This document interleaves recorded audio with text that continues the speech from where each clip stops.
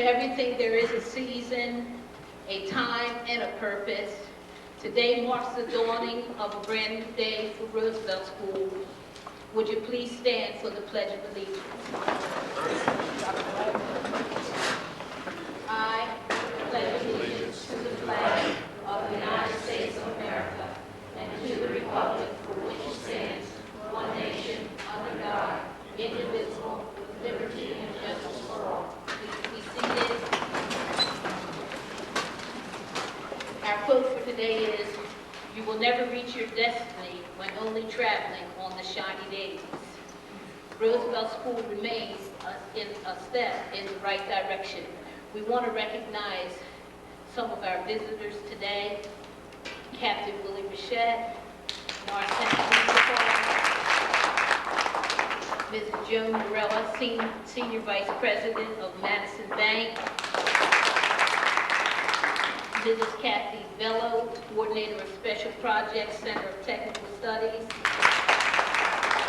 Dr. Lisa Andraka, Superintendent of Schools for Norristown,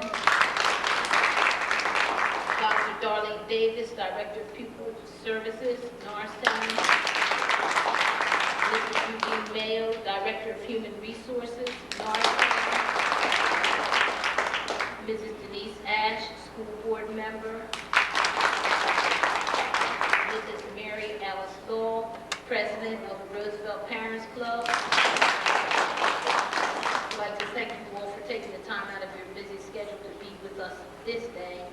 At this time, I'd like to introduce Sinque Lee, President of the 2003-2004 Roosevelt Student Council. Please give him a round of applause.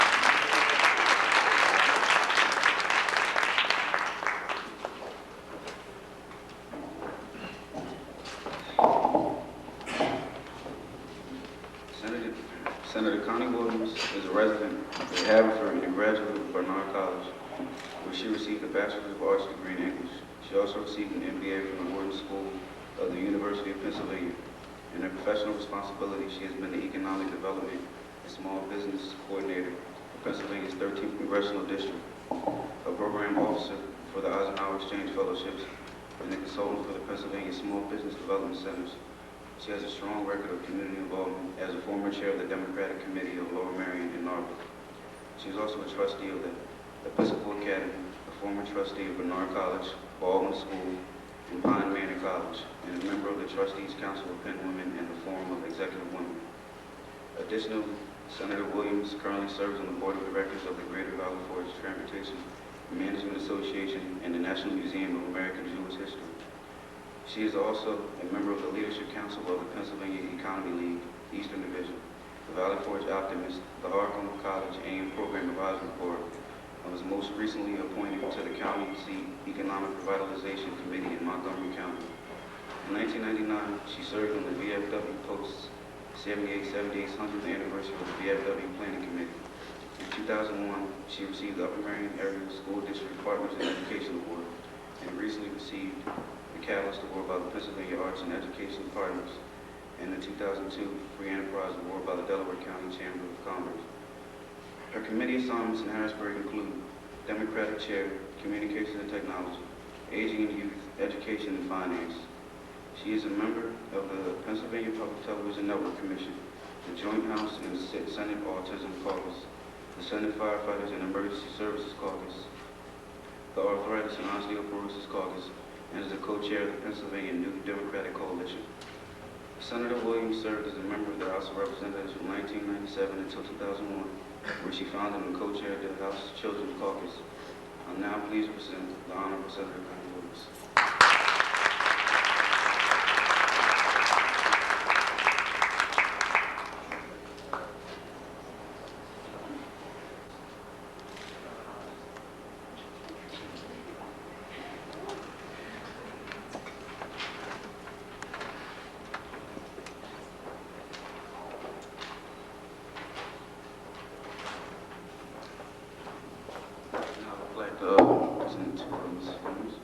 It says, Roosevelt Alternative School, a step in the right direction, traditionally looking on the outside, non-traditional on the inside.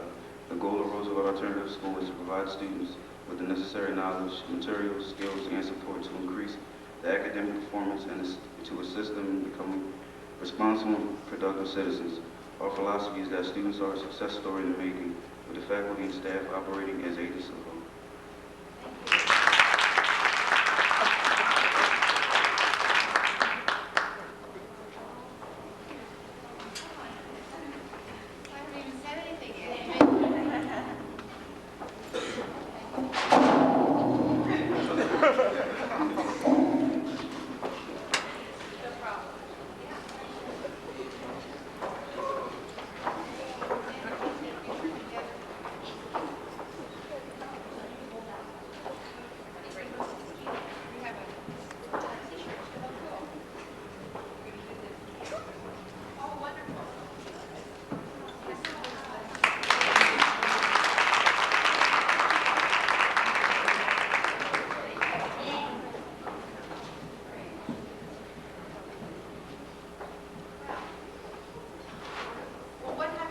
What I say to her.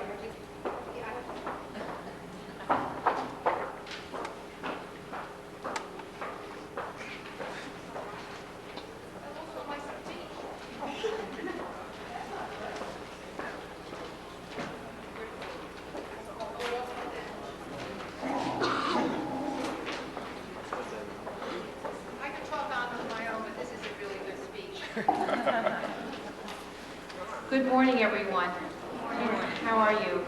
I'm delighted to be here, and I want to thank Ms. Simpkins for inviting me, and I've just had a wonderful tour of the school.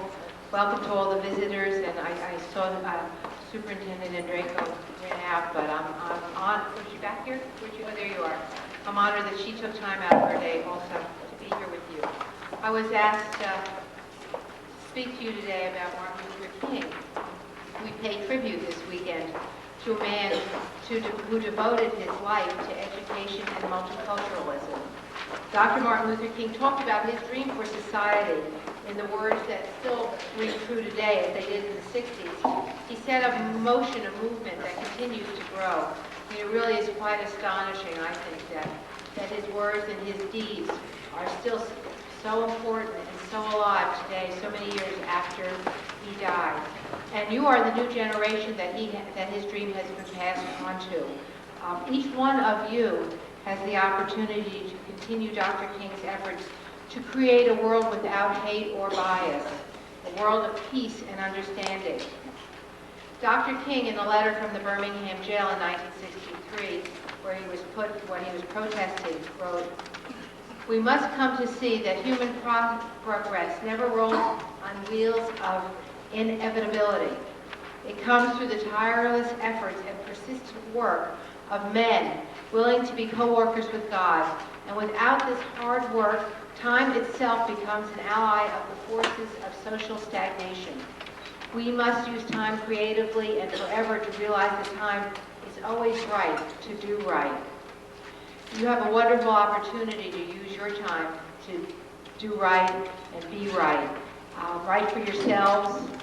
This is a wonderful school. I was really impressed today going around to all the classrooms. Right for your family, for your churches, your synagogues, your community, and your country. Use this time. It's a wonderful time in your life to be able to explore your goals and your ambitions.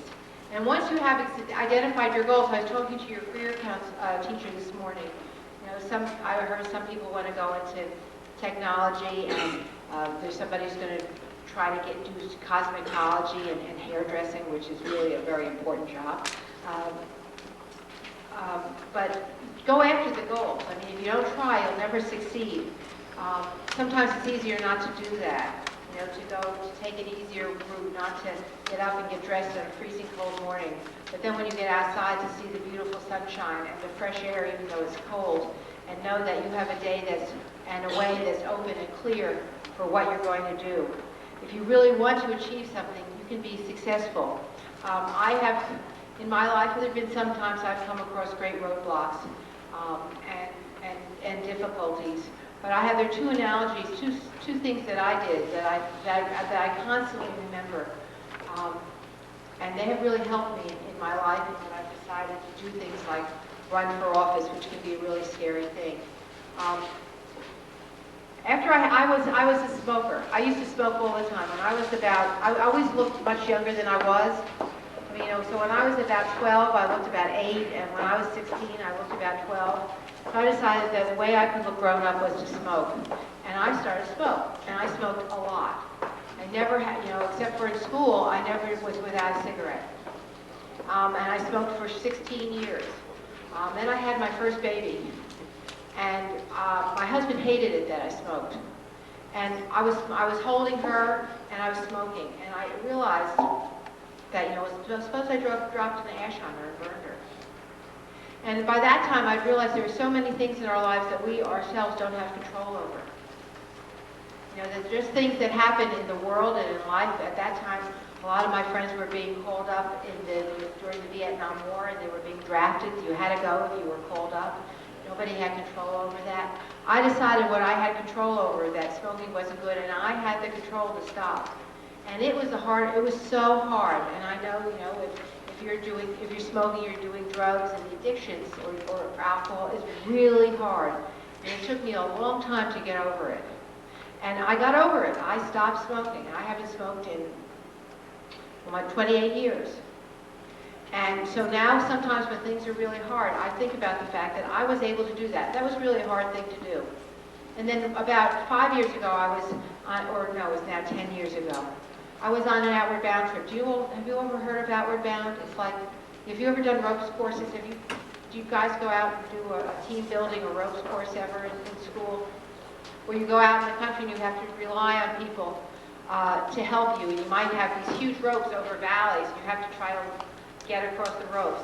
Well, I was doing a course like that, and we had to climb a cliff. And I had a rope on me, and there were people on the top of the cliff, but I had to really trust them. The cliff was like this. It was really straight up. And I hated it. It was really hard. It was a really hard physical thing for me to do because you're sort of you're up that close to the rock, and you're being held, and some people, you have to rely on the people above you with the ropes to help you go up, and people below telling you where to put your foot or what little cranny in the rock to put your hand in. And it was really hard, and I did it. And somebody took a picture of me. So whenever I see some challenges I have, I think about the fact that I was able to do some things. I was able to overcome my huge fear of climbing up this rock. And I have this picture, so I see that I did it. And I was able to use all my willpower and all my strength to stop smoking. So sometimes when there are things that are really hard or really scary, I think about that, and that has really helped me. And I know that you're getting the kinds of skills and education here that's going to enable you to be able to overcome the rocks and the smoke screens that are going to show up in your lives. I think that, you know, if you can do this, dreams that you dream are worth trying for and worth changing your life for. Dr. King set in motion his own dream. He was willing to go to jail and to give his life for that dream. That dream involved every single one of you. His dream that every man or woman should be judged by the content of their character, not by the color of their skin. He believed in civil rights. I believe in civil rights. What are they? They are the rights that everybody should have equal access to schools, to housing, to jobs. They are the same rights which allow every one of you to dream your life. They're the rights that say you have the right to the job and you have the right to be a good citizen. He believed that people who put an end to discrimination would never make the headlines or the national news. As I've said, each one of you has the ability to carry forth the job that Dr. King had began so many years ago. And you have the opportunity to do it here. All you have to do is set the goals for yourself and work for a brighter future. Just look for what's good. On the steps of the Lincoln Memorial on August 23, 1963, he delivered a speech that will live forever. He said, "I have a dream that one day this nation will rise up and live out the true meaning of its creed. We hold these truths to be self-evident, that all men, and I'm going to add women, are created equal." Today is your time, it's your opportunity. I was hoping you might want to join me in this pledge. It was presented to me by PennServe, which is the Governor's Office of Citizen Service and the Community Learning and Volunteerism. And there's a pen served pledge, and if you would like to join me in it, I'm going to read it today because it's something that we all, it's a pledge, besides the Pledge of Allegiance, something that we all can live for. And it says, as a proud citizen of the Commonwealth of Pennsylvania, I do dedicate myself to the essence of a participatory democracy in word and in deed, and pledge to exercise my right to vote and to improve the quality of life in my community by identifying a need and volunteering my services to implement a solution. Learning through service is not a day, it's a lifetime. I'm delighted to be here today. I look forward to seeing you all, some of your graduation here and there throughout the community. If we ever can be of help in our office, where we're right over in King of Prussia, love to be of help. We love, if when you get to do service learning, if any of you want to come to be interns, we have a great internship program. Love to have you come and help see what we do there. So I'm happy to be here today. Good luck to all of you, and God bless you all. Thank you.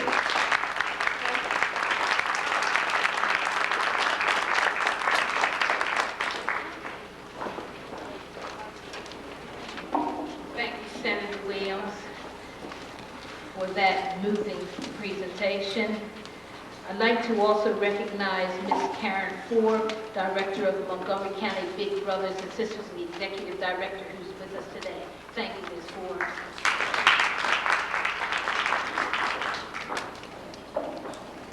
Damian Manning will now read a brief background of Dr. Martin Luther King. Damian?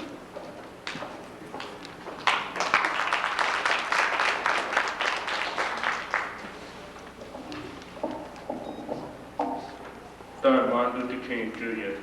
had a vision of justice and equality for all. He believed in basic goodness of people and had a philosophy of nonviolence. He had the courage to fight peacefully for the principles and values in which he believed. The following are a few quotes from Dr. King.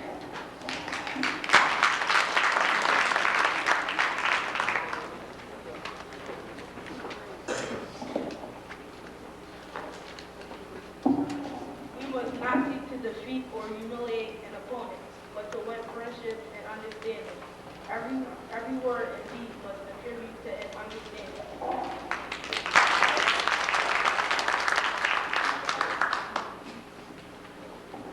Justice anywhere, correct justice everywhere.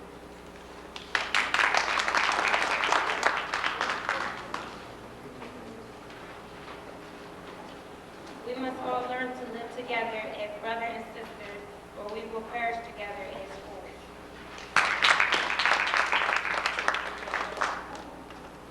It is ultimately more honorable to walk the streets with dignity than to ride the bus in humiliation.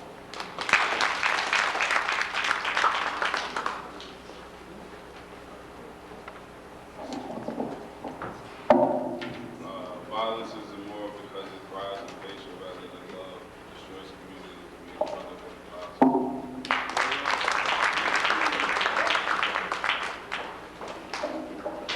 Kyle Glass will now read Dr. Martin Luther King's I Have a Dream speech. Kyle?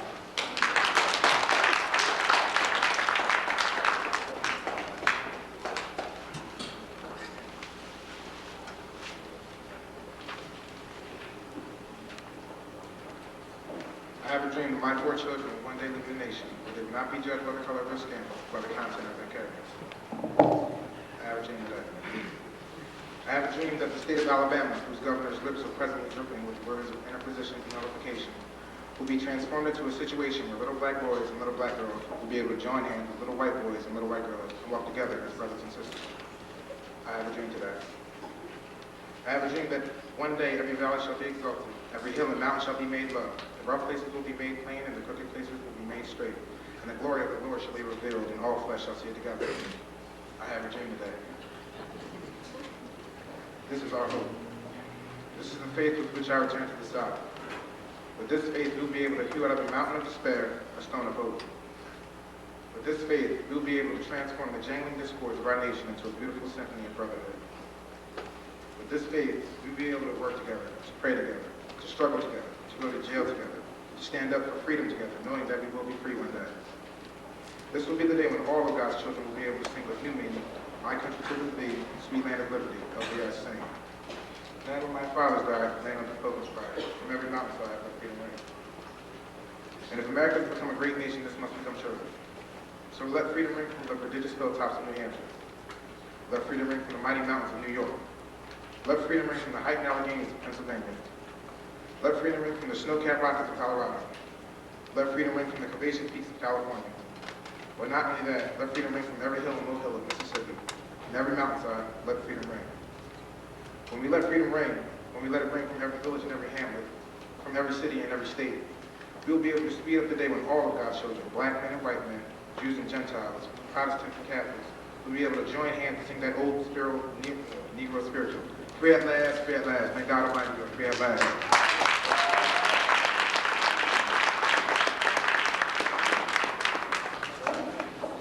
Today you will all have the opportunity to sign something which is called the Birmingham Pledge, and I have 3 students who are going to read to you the history of the Birmingham Pledge so that you understand the background, understand what you're signing. And then 2 students are going to be giving out the pledge to you. If you do decide to sign it, you can get it back to me or leave it in the main office at some point, and I'll take care of them from then.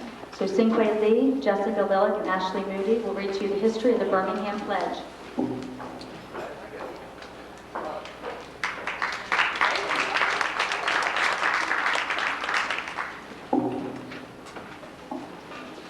The Civil Rights Movement of the 1950s and 60s thrust Birmingham, Alabama to the national spotlight as a scene of bitter racial conflict.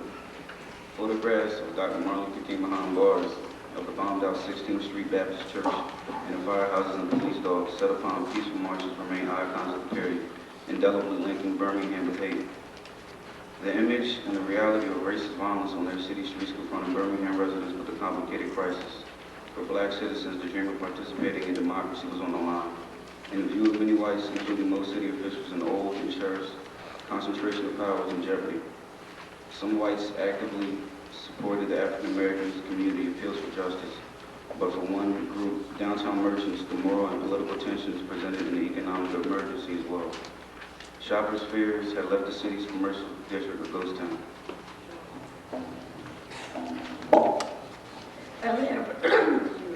Early efforts at renewing downtown Birmingham played primarily on this economic angle. But a few business leaders recognized the need to heal old wounds that recent events have opened. After years of working behind the scenes with the strong urging of black leaders, the group went public in 1969 to establish a biracial community affairs committee under the sponsorship of oil organization called Operation New Birmingham. Now in its 30th year, the CAC, comprising business, civic, and religious leaders, meet every Monday morning at the Birmingham Civil Rights Institute to discuss community concerns and to develop concrete ways of bringing the races together. The group's latest project is the Birmingham Pledge. Since its introduction at the city's annual Martin Luther King Unity Breakfast in January 1998, the pledge has gathered thousands of signatures in Birmingham as well as across the U.S. and around the world. The participation of young people is especially critical in the effort to stamp out racial prejudice and discord, and the pledge sponsors have been impressed with the commitment exhibited by students who choose to add the name. Today you will have a chance to join these people who have dedicated themselves to ending racism. Once signed, the pledge will be collected and copies will be made. The originals will be sent to CAC, where they will be placed in registry at the Birmingham Civil Rights Institute. The copies will be displayed proudly in the school. Thank you.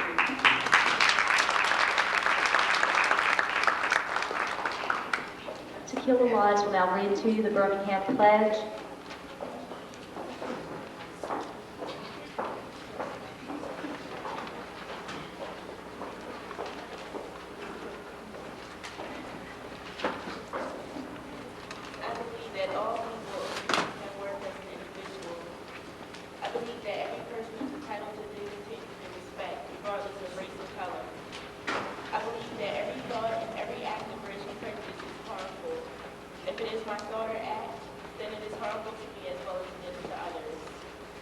Therefore, from this day forward, I will strive daily to eliminate racial prejudice from my thoughts and actions.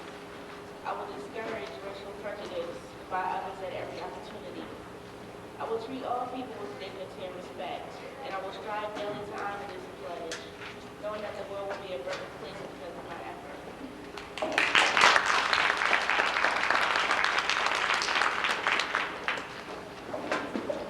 I said before, if you choose to sign the Birmingham Pledge, please make sure you get it to me or you leave it in the main office so that we can take care of those. At this time, we have 4 essays that we would like to read to you. Every student in Roosevelt wrote an essay on how they can make a difference in their community. The top 4 essays will be read now. The first one, which was our top essay, was written by Rosalie Hartman, and it will be read by Naisha Armine.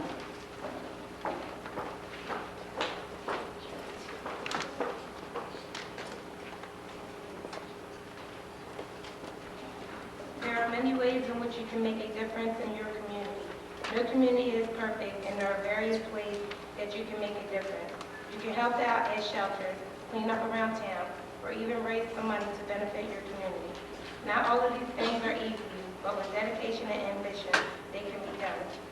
Helping out at a shelter is a great way to make a difference in the lives of others. People, some of which were living in shabby conditions, will relish in your company. First, you could volunteer to entertain the elderly at nursing homes or spend time with the children at daycare. The kids' faces will be glowing with excitement as they see you arrive. Any of these things are bound to bring a smile to someone's face and maybe even yours. You're not doing something for your community, but also for yourself. It feels good to make someone's day. Your next option might be cleaning. Cleaning is a great way to make a difference. You can voluntarily clean up messy parks or even just streets. Any cleaning in general is sure to give your community more appeal. Not only will this make the town more desirable for future home buyers, but it also will give you a sense of pride knowing that you contributed to the beauty of cleanness of your town. Raising money may be one of the more challenging tasks, but not impossible to do. You could raise money by sponsoring a car wash or maybe even a talent show. You might be interested in giving towing rides, hosting a bake sale, or auction, just to name a few. The possibilities are endless. Raising money is always a good way to help out because people are not only benefiting your company, but they may have fun while they're at it. Lastly, if you don't have much time on your hands, there are other, less involved ways to make a huge difference, such as donating. There are numerous things you could donate, such as warm clothes, cheap baby supplies, food, books, and other furniture. Anything could be donated. There's always someone in need of something, and I'm sure donations will be greatly appreciated, especially by the less fortunate. Whichever way you choose to help out in your community, whether it be starting a daily neighborhood watch, chaperoning a movie for little kids, or painting dog park benches, getting involved can make a huge difference. If everyone took a look around and decided to improve one thing about the community, I'm confident that our town will be an ideal environment for everyone. It doesn't take much to turn a town from grimy to gorgeous.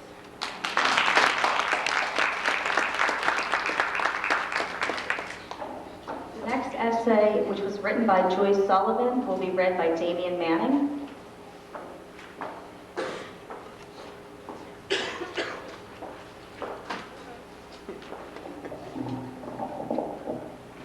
How can I make a difference in my community by Joyce Sullivan?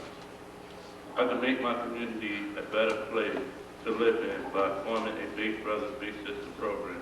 This will engage the youth to come together as one whole community.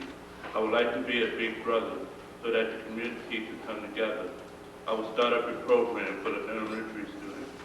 I will take the children out to enjoy themselves on the weekends, help them when they need guidance. Every child has problems on their own, of their own. I will be the bigger person that they can talk to, and hopefully I can help them. This program will help the community in a very positive way, and it will bring kids from different backgrounds together as one. The children will be able to enjoy life without hatred. It will make the community a better place to live in.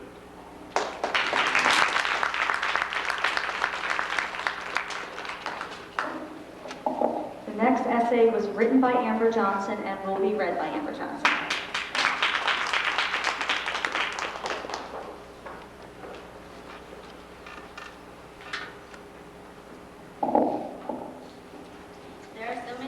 wrong with this community, but there are several little things that we could do to make a big difference.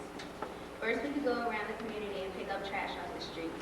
It would make the town have a better appearance. Young people can be rewarded by providing a party for those who help. Having a party of some sort would inspire others to want to help.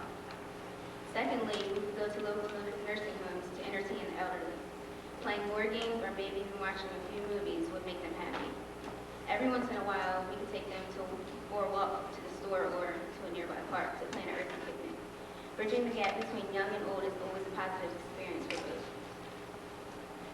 Finally, we can make a more efficient after-school program for children to do their homework so they can get them individual help and academic attention that they need. This would have to be during after-school hours, of course, from about 3 p.m. to 6 p.m. The location of the programs would have to be at a local community center or even someone's house if they're willing to participate. This will cause a huge success, and parents and teachers will see the major improvement and notice the maintained high achievement by working together. We should all take more pride in our community and try to spread a little more positivity and love rather than so much negativity and hatred.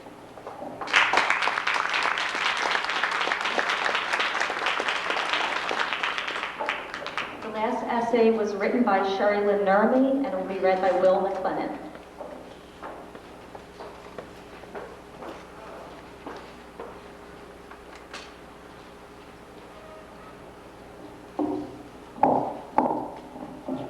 I'm not sure I can make a difference in the community as an individual. The community as a whole will have to pitch in. With all the people in the community working together, there are many things that could be made more suitable. With more volunteers, more positive things can get done. First of all, we may be able to have cleaner streets if we get a team to clean up trash. Volunteers could also start a program to help students with their homework after school. With these volunteers, the streets may be cleaner of drugs and bad influences, and the children will have something to do after school. Also, there should be activities in the evening at the schools involving the students' parents. With these activities, the parents will have a chance to connect and have a better relationship. The relationship may reduce domestic arguments, false accusations, and make better households. It would also give the chance for teachers to meet the pupils' parents to understand the background. Schools and homes may be a little less hectic with these activities.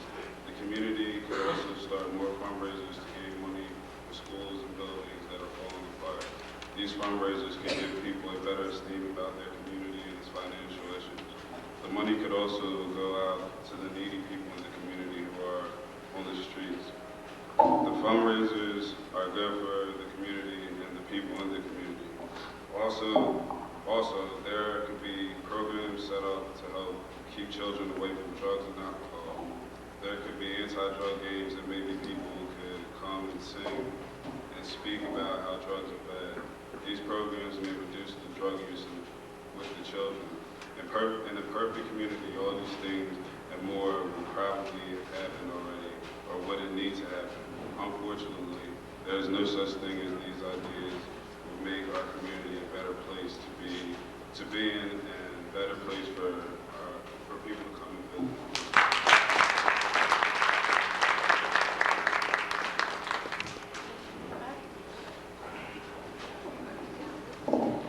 This concludes our program for today. Again, I'd like to commend our Roosevelt students for being the ladies and gentlemen that I know that you can be at all times. You need to give yourself a round of applause.